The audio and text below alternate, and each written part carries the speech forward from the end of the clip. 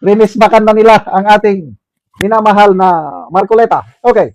Speaking of allocables, ang unang nagpalabas nga ng allocables, itong si Congressman Libeste at saka yung Philippine Center for Investigative Journalism.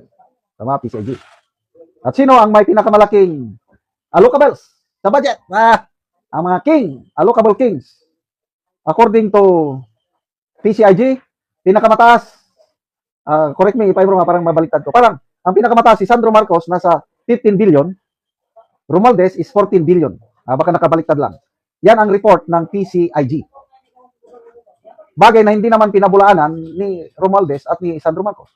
Kaya kung hindi sana totoo yun, di bakit hindi nila sinampahan ng kaso yung PCIG? Yan ang alam ko sa allocables. Yung allocables, parang ang nag-design yan is si late Jose Cabral. Na bago gawin yung budget, nagtatawag na yan ang DPWH sa mga lawmakers. O, magkano ang gusto mo? Gagawa na kami ng budget, kailangan mag-usap na tayo ha. Ito na, ito. Meron ng sabuatan. DPWH at saka mga lawmakers.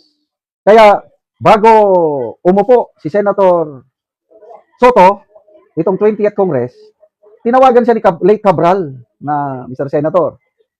Magkano ang gusto niya yung allocables? Inoperan si Senator Soto. And in fairness, saludo ako kay Senator Soto for doing this. Tinanggihan niya yung mga allocables.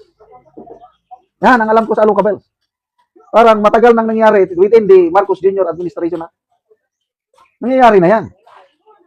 Tapos ngayon, isasama nyo si Senator Marcoleta.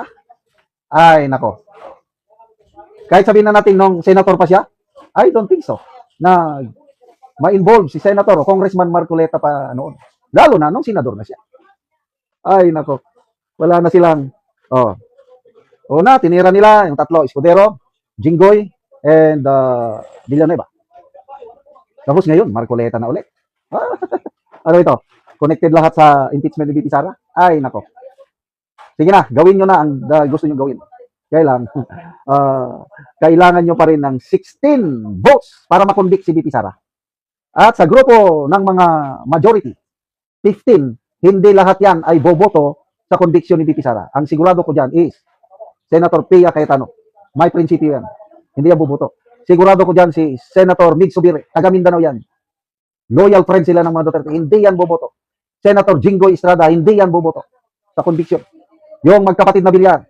Hindi yan boboto. Posible mag-abstain sila. Pag nag-abstain, talo pa rin sila. Ay, nako.